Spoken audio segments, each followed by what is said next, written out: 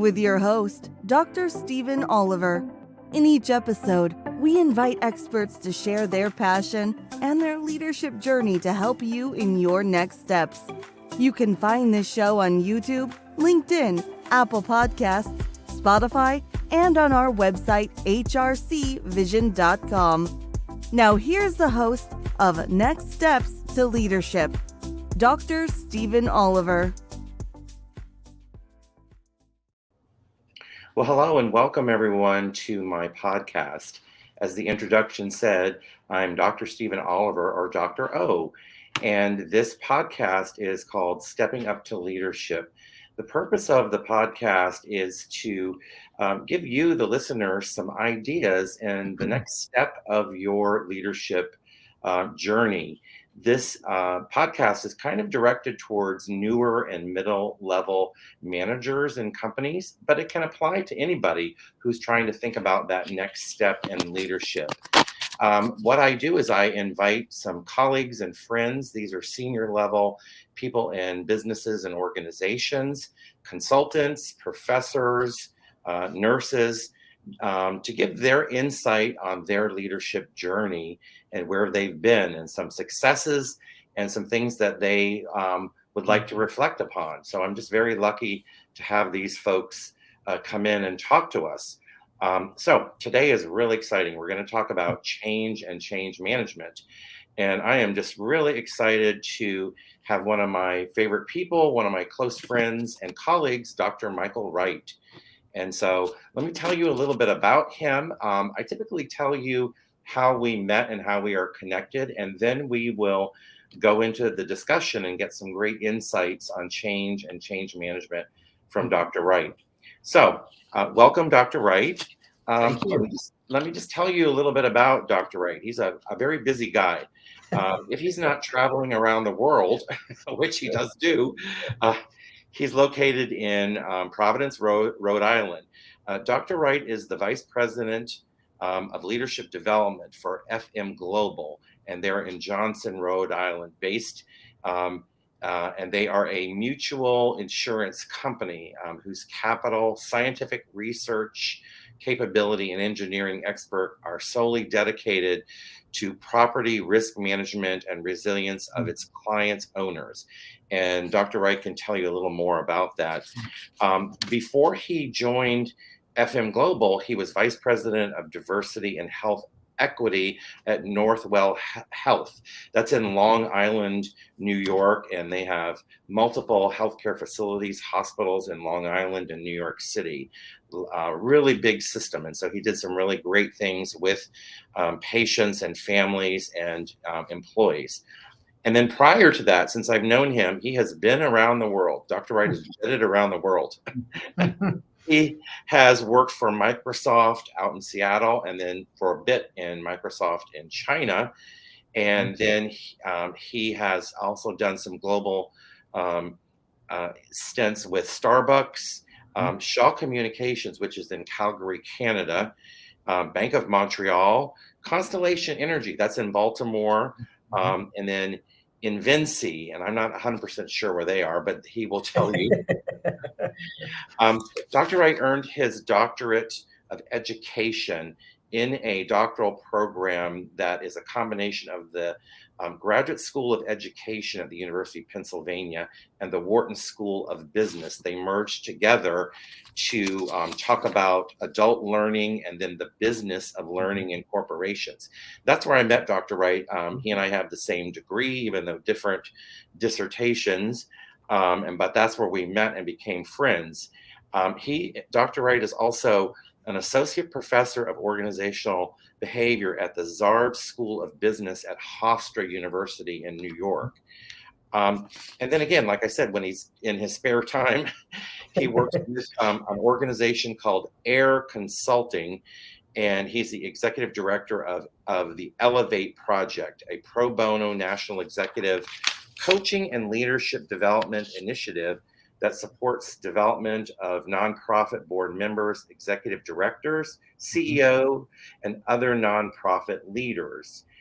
He recently published a book on It's called Reigniting the Human Connection, a Pathway to Diversity, Inclusion, and Health Equity. This is a Forbes book, and he had co-authors Jennifer Myers, MD, and Elizabeth McCulloch, PhD. And correct me if I'm those names. Sorry about that. And this is just a reminder of the importance on humanity and healthcare, which is so needed today. So, wow, that's a lot. That is a lot. That's great. Fantastic. So again, welcome, Dr. Wright. Thank you. Real quickly, I just wanted to share with everybody how Michael and I met. So as I mentioned, we were in this doctoral program, and this doctoral program was unique in its start. It took executives and leaders and professors into a short, rapid time frame to first learn the curriculum and then write a doctoral dissertation, do some research study and write a doctoral dissertation. And the goal was it doesn't need to take 5 to 10 years to get your doctoral degree. The head of the program had the idea of giving us some help and pushing us through, getting leaders who write in a business context to learn how to write and research academically. Michael and I met there, and then we became friends in the last semester, or they called it a block. And at that time, it was called the technology block. And we were the only two that decided that we were going to do our project together. What we had to do was create a 15-minute YouTube video. And at that time, YouTube was still kind of newer. And so I had this idea of doing a connection between, or a story between, a mother and a daughter. The daughter had cystic fibrosis. And so what we did is we interviewed them both, and we got to hear both of their stories. It's like a mini documentary. Mm-hmm. And at that time, she was also trying out to become Miss Teen America, the Pennsylvania representative. And so we shot the video, and we spent actually 2 weekends together editing. Editing was more challenging than the actual filming. And we both are very strong-willed gentlemen. And so we had a lot of fun butting heads, but it was great. It was fantastic. And the professor, who was from the New York School of Film, Amit, and he thought our video was great because we actually told a story. It wasn't a training video.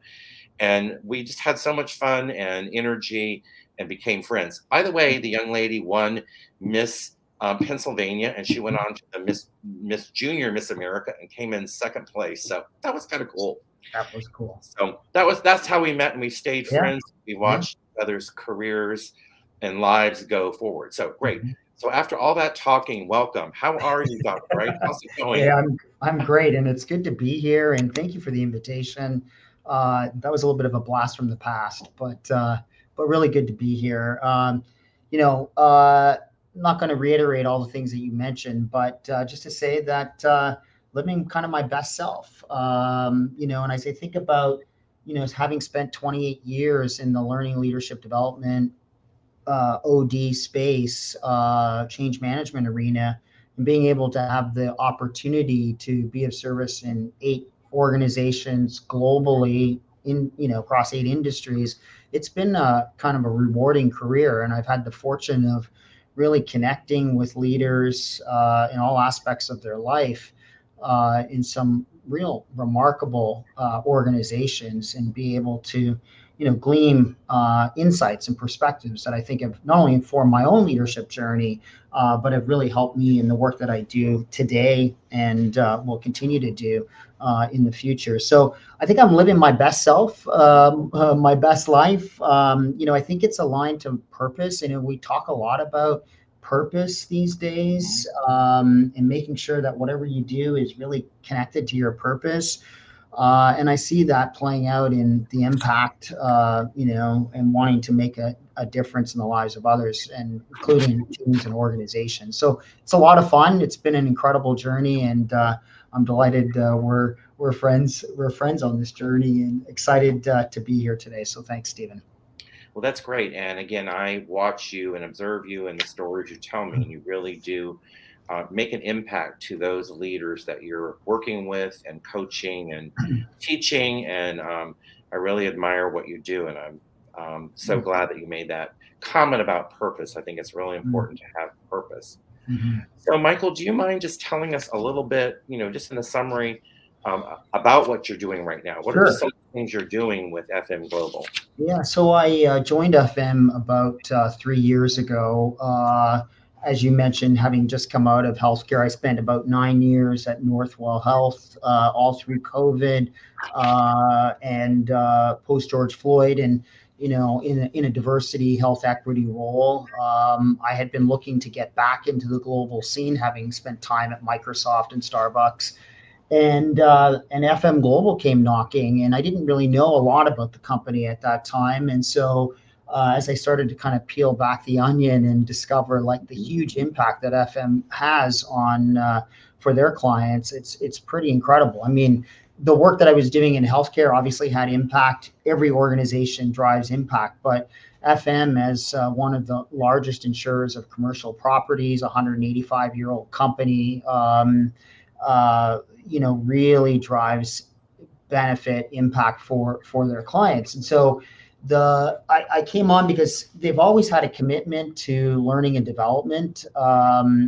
It's core to building talent here at FM, but it's also we provide training for our clients as well in the areas that we're focused on. And as the company continued to evolve, they needed to get a lot more intentional about how they were thinking about leadership and developing leaders. Partly because a lot of folks were retiring, and so they needed to build the pipeline of talent. They wanted to be able to attract and retain talent, but they also wanted to make sure that leaders had the necessary skill, knowledge, and experience to really be successful, not only in the current role, but in future roles in the company, given all the change that's happening in the industry. And so I came in really to help evolve with my colleagues the future of our academy, but build out a real intentional strategy around how we were developing leaders into the future here at FM. And it's in the time that I've been here, it's been a terrific experience. It's a terrific company, and it's just been a real delight to partner with leaders and team members across this organization. So that's really how I got here. I could go on and talk a little bit about if you want on what I we're wanted doing. to ask you one thing before we go into change. So you do travel around the globe. I mean, you've been to Singapore and Europe, I know England, and you have traveled to a lot of places here in the United States, Atlanta, Florida, Los Angeles. But you are doing specific different programs in these areas for these learning leaders. Do you mind just saying a little bit about what those programs are? Because they're very different each time you go, and they're quite interesting, and it supports what you just said about the work you do. Yeah, it's a great question.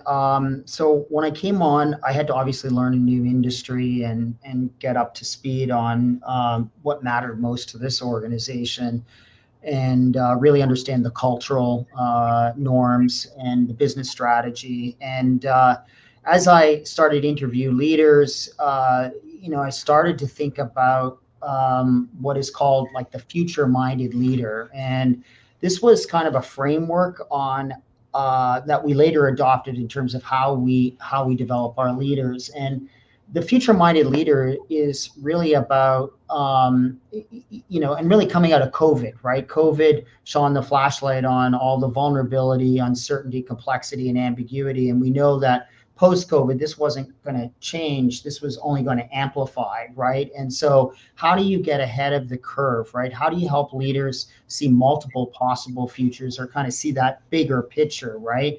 How do you help leaders kind of navigate complexity on the fly when you know that change is inevitable, right? And so that really requires leaders to have the cognitive, emotional, psychological resources to be able to do that successfully. And so that when I shared that model, that framework with our executive team, it kind of resonated. And why did it resonate? Because we're all about preventing loss. We're about resilience, cultivating resilience for our clients.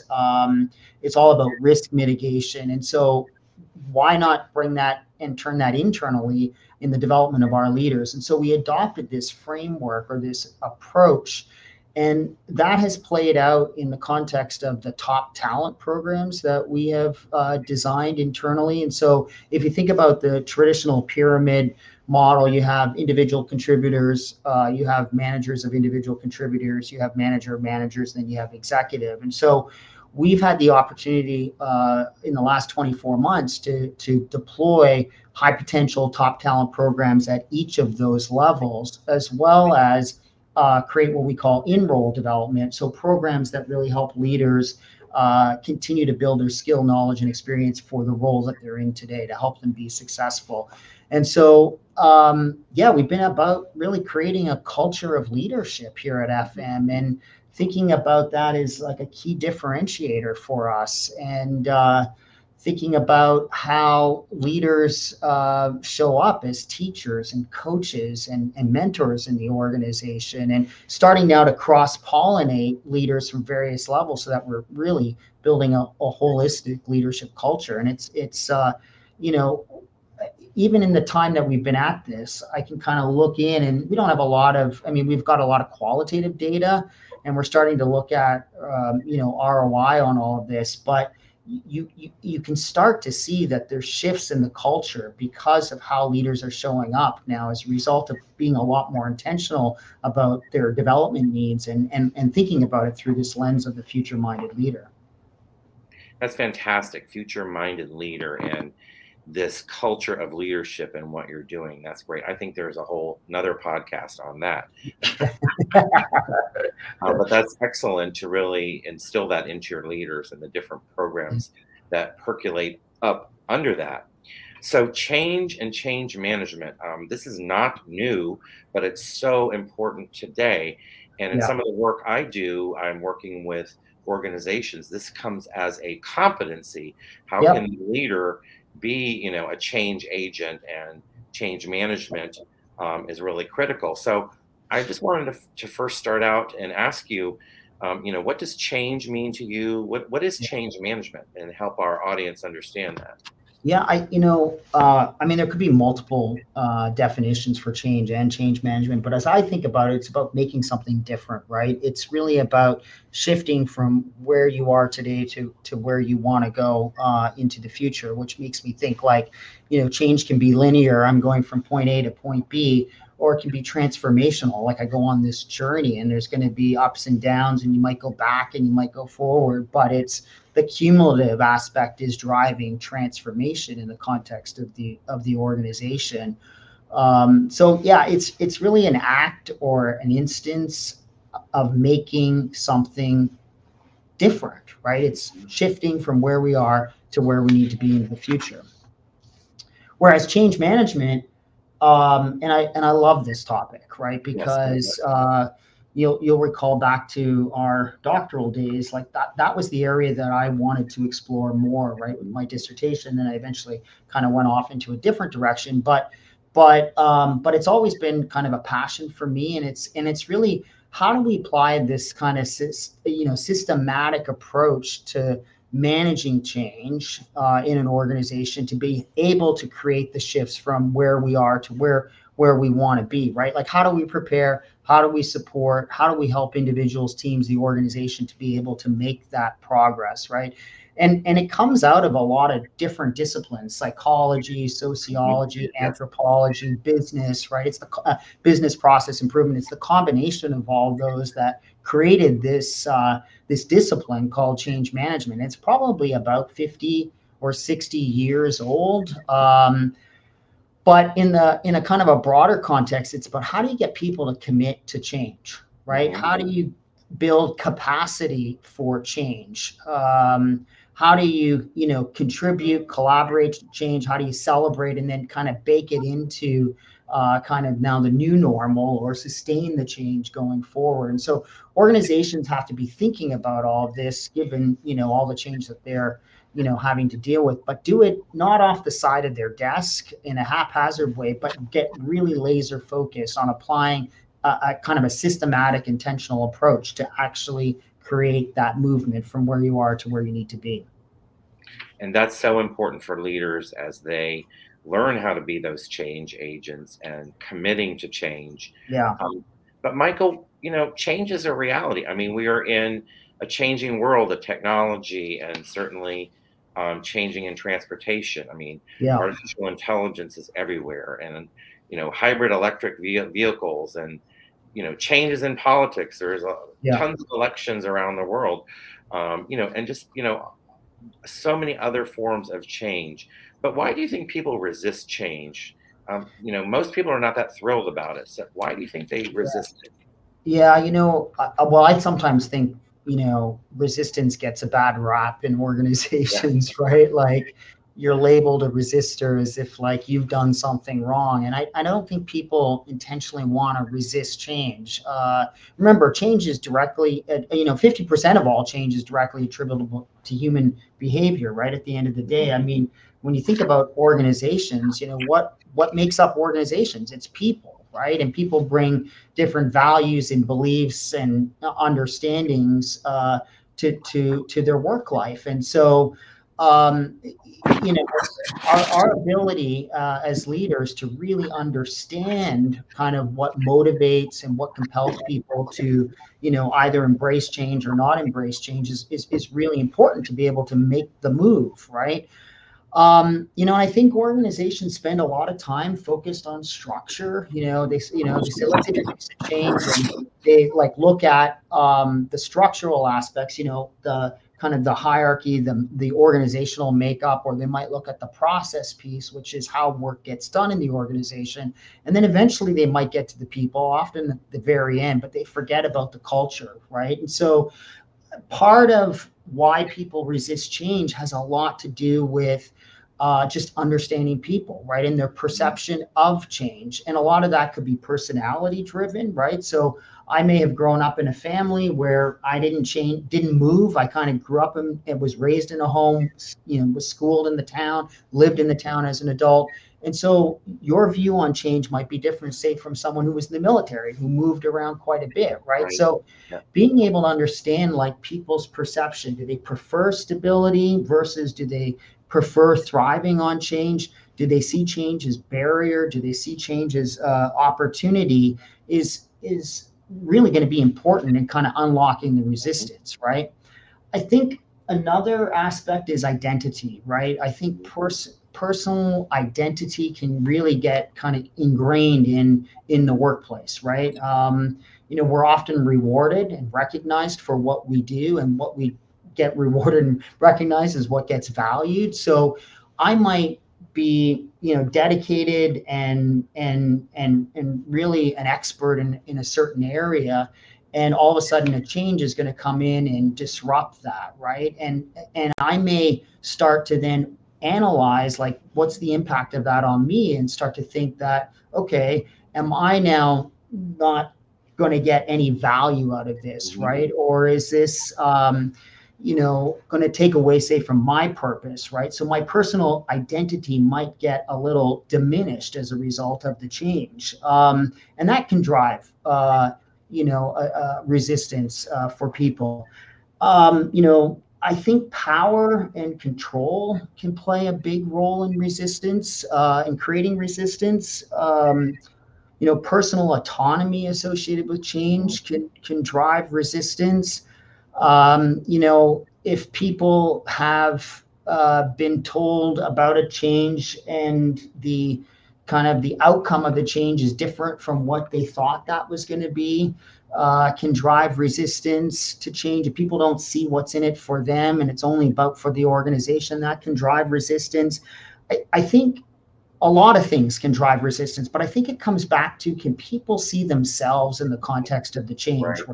right? Right. I think in order for people to kind of break down the resistance or want to engage in a change, they've got to see themselves as a partner in the change process, right? And too often, it can feel like you're a target going through change. I mean, like you got like the bullseye on your back, and there might be a whole group going through change, but at the end of the day, you might feel like you're the only one going through it, right?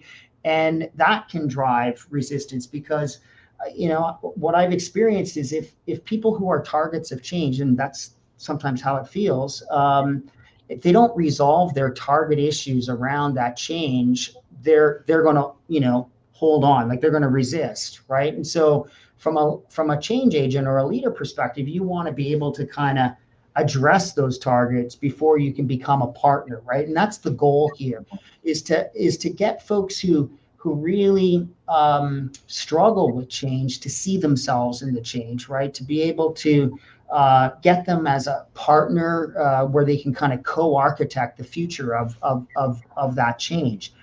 I don't think resistance is a bad thing overall, Mhm. right? I see it as a strategic wake-up call that there's something that's going on in this particular area, and we've got to pay attention to it. And and that's why it's important to really understand what motivates people, what are those things that matter most to people. And so when people are going through change, leaders or change agents can pull on those levers to be able to accelerate and help people through the change process. Again, if there is resistance, which there inevitably will be, better to call it out and create a safe, Mhm. psychologically safe space for that versus, have it happen like under the radar where you can't see it, because that's where you can kind of run into problems. So well said. And I think in just this piece here, this is really great for those watching this podcast and to help them in their next steps and Mm. understand about change, resistance, behaviors, identities, power, autonomy, and just the personal impact. So Yeah. well said, and hopefully this can assist those watching. I'm curious about what you're doing with change management at FM Global. In your um, um, leadership development cohort, what are Yeah. some things that you're doing there? Yeah, I mean, we're very fortunate where I think, we're all about building internal capability around change. We have an organization internally that's really focused on doing that and supporting changes in our organization. We use what's called the ProSci model for managing change, and it's you can check that out online. It's a globally known change management framework methodology, and it's again applying good change practice, being very systematic in our application of change. From a leadership perspective, I look at it. It's kind of like a red thread that goes through all of our leadership development programs. I think you mentioned, Stephen, at the beginning. I mean, there's no question, right? Change is so pervasive now, probably more so post-COVID than ever. I mean, you look at just AI in the last 6 months and how that's revolutionized a lot of our thinking and a lot of our tech platforms, et cetera. And so we've got to get better at managing change and being able to navigate complexity on the fly, like back to that future-minded leader, right? I think about Bob Rosen in his book Mhm. Grounded, and he talks about there's two skills leaders need to, really nail, and one is self-awareness, right? And that's Mhm. not going to go out of vogue. And managing change, so very critical. It doesn't matter what's happening in industry, geopolitically, economically, et cetera. Possessing good change management capability, leaders have got to have that. And so, yeah, I mean, we're not at Bright by any means, but the fact that we have a dedicated focus on it, I think, is really helping us as an organization. Yes, exactly. I mean, self awareness to me connects also to emotional intelligence and understanding yourself, who you are, your trigger points, Yeah. and then others, empathy for others, and, that relationship management of being in relations and influencing. And that's so critical as a leader. Well, and I think there's all of that is intertwined, right? Mhm. And I don't think you can just talk about one of those things without talking about all of those things, Yes. right? Yes. And so for me, like a whole systems approach or kind of looking at it more from an integrated perspective is really important. And that's one of the things that we emphasize in how we design leadership programs to really kind of give people that big picture, more holistic view into leading. I think about leading from the balcony, right? Mhm. Yes. It's that full awareness that is really important. So you've got some good strategies and things that you're doing at FM Mhm. Global with change and change management. What do you see, Michael, as some of the challenges and opportunities for these programs and just change and change management itself? Yeah, I think it's a really good question. I again, not to overstate, but the pace and the complexity of change. There used to be periods of stability between changes in organizational life, and those are no longer in existence, right? It's just change is constant, and that's not going to change, right? So our ability to become more change nimble, agile, resilient in the face of change is, I think, going to be critical to business success, right? But I also think emotional and mental well-being is a big part of this as well, right? And it's one thing to um, navigate one change, but when there's like a tsunami of change and you're trying to figure out, how do you fit into this, or how does your role connect to all of these changes, or how do you try to drive impact or be successful? I mean, that drains all of our resources, right? And so I really think that the focus on mental and emotional well-being is really critical. I actually think how we manage change today needs to kind of keep pace with how organizations are changing. And what I mean by that is we have tried true methodologies and frameworks, whether it's Cotter's model or ProSci, et cetera. Um, but the transformational aspects of change, I think, are going to require a lot more dedicated focus to ensure that we're bringing stakeholders along on this change, to make sure that people have the necessary skills to be successful in the future state of a lot of these changes, that we're aligning our changes to culture and organizational purpose. That we're thinking about the generational implications associated with navigating change, and that we're really getting serious about what matters to people, and we're taking that into consideration when we're helping people navigate change, right? And by doing that, not only is it going to drive success of that change, but they're going to be accelerated through kind of the change they're going to embark on. So I think our ability to connect all of the changes that's happening in an organizational setting to what I'm doing on a day-to-day basis is going to be a lot more critical going forward. I think our overall engagement in the context of change and our capacity to absorb all this change and the downstream impact on mental and emotional well-being, I think are all things we're going to have to keep a pulse on as we go forward. The days of just having a technology implementation and then having a period of stability and then the next change, that is no longer the blueprint now, right? It's change after change after change. And how do we build tolerance and capability to be able to stay ahead of the curve? You're right. I mean, just if you look at the news, again, as I mentioned earlier, so much change, political, economic, Yeah. demographics, food supply chain, you name it. Yeah. I mean, it's everywhere. It's everywhere. I just wanted to go a little further and then come back. You Yeah. mentioned a couple of change management models, and there's some great ones out there. Do you mind just speaking a little bit of that, and then we'll come back to the consultant? Yeah, I mean, Cotter has the 8 steps. I mean, John Cotter's work has been, he's a guru in this space, and his model is tried, tested, and true in many organizations. Bridges, Lewin. I mean, there's a number of really good change frameworks that organizations anchor to. But I think one that is going to be even more important into the future is the work that was done by William Bridges decades ago around managing transitions. And he talks about, this is more about the emotional and psychological aspects of change. And he has a framework as basic as this is, it's endings, neutral zone, new beginnings, right? And basically he says something's got to end first before something can begin, right?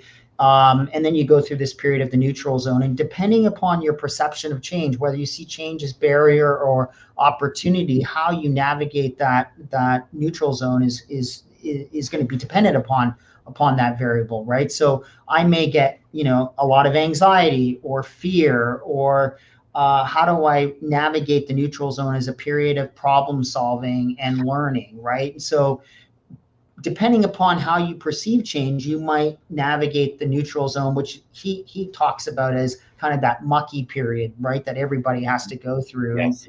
And how you deal with that is correlated to kind of your overall perception of change. I think organizations tend to think about change in the context of a timeline, right? Like, we have deliverables. They've got to be, this change needs to be executed, implemented by X time frame. But the reality is, on the emotional and psychological aspect of change, people don't necessarily respond to the timeline, right, an organization has in place. And so, people are going to respond in their own time, in their own way. But it's incumbent, I think, on the organization to understand that and be able to, again, back to cultivating those relationships with your stakeholders, so what matters most for them, I should say. And so when they get stuck going through, the neutral zone, for lack of a better expression, what levers to pull on to be able to accelerate them through, and then hopefully, get them on path with the timeline and driving success. If organizations aren't focused on the people aspect of change, you're going to run risk of failure, right? And 70% of all changes result in failure. A lot of it has to do with the fact that they haven't dealt with the people issues of change. And so I think, Bridges' model, even though it's been, out there for a long time, is probably more relevant now, given all the changes organizations are facing. So I encourage your listeners to check that out. It is great. It's an old school model, but it's so powerful today. And just to add to what you said, you really got to understand where you are with the change as the leader before you can be the change agent and help people through. So in your spare time, you're doing an Elevate project with Air Consulting for nonprofit and nonprofit leaders.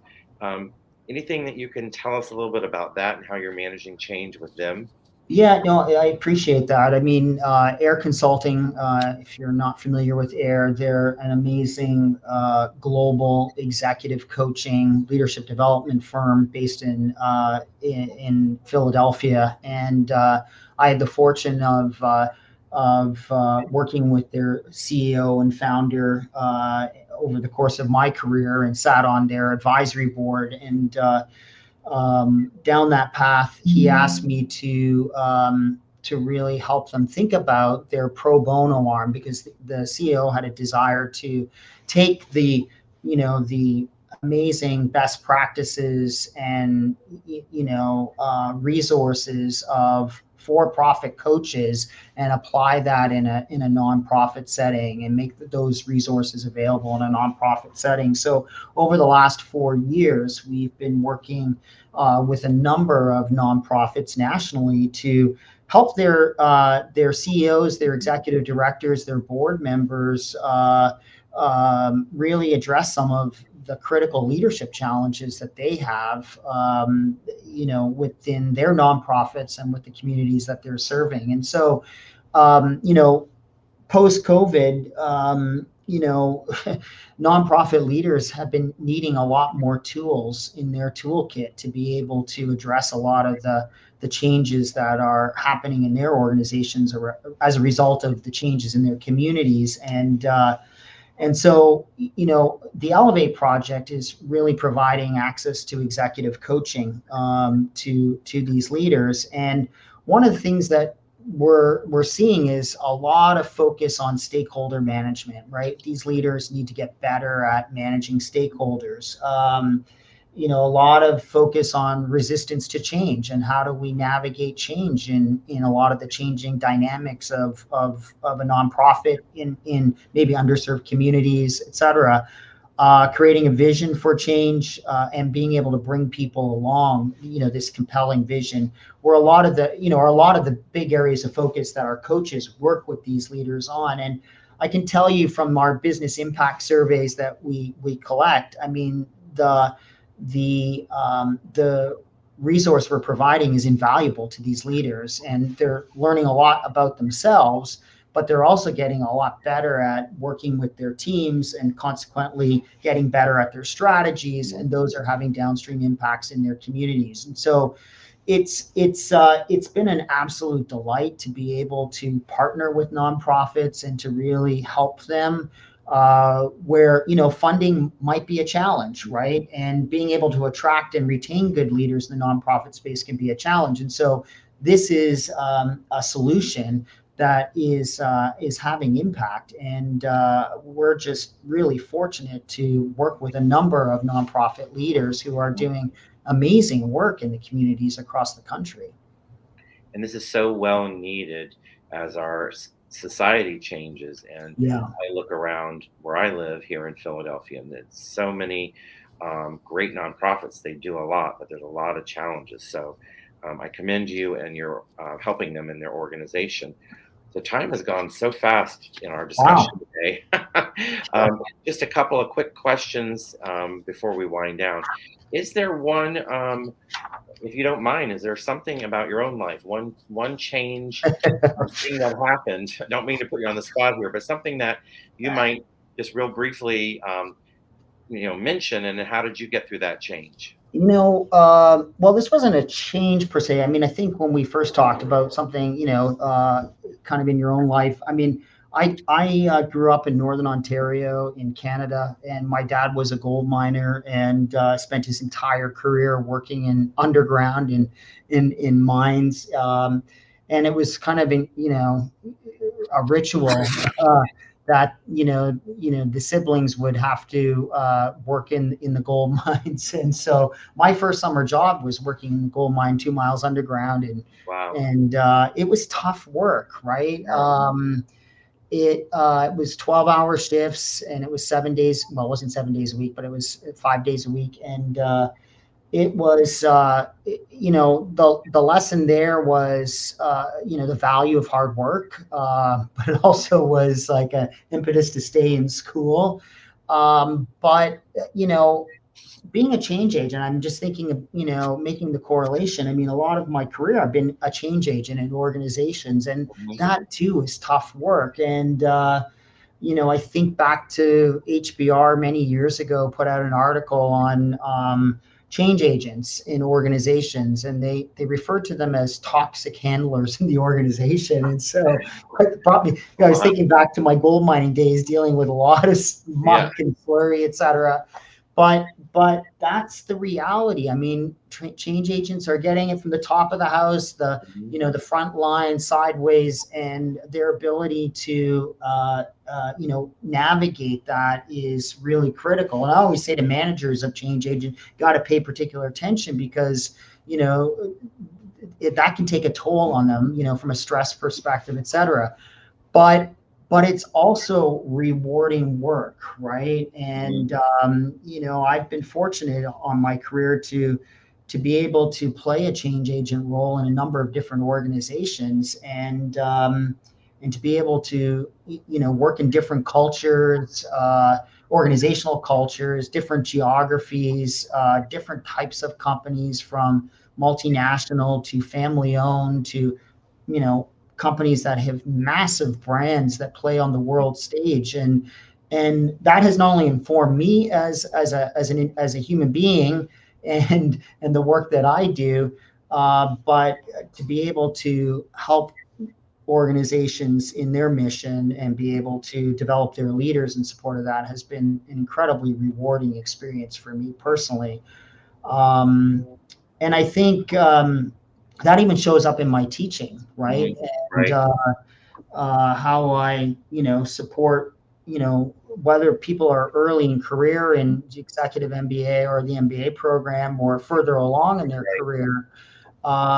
It's really being able to create a space where we bring out these experiences of change that people experience day in and day out, whether in their personal life or in their work life, and really make meaning of it, right? And apply it to a framework or a method.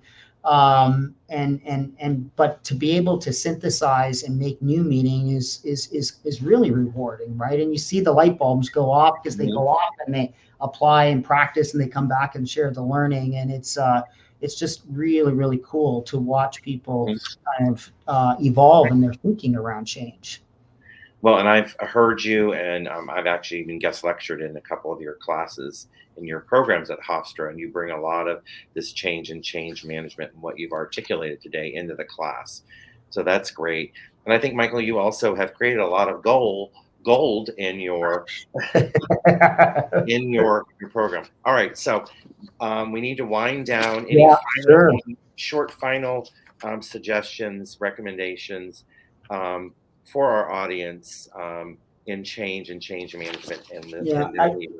I had a few ideas, but in the interest of time, just two things that I would call out. One is, as a leader in any organization, spend time getting to know your team, really understand what are the key drivers and motivators, and really build quality relationships with your team, because that's going to go a long way in helping help them navigate change.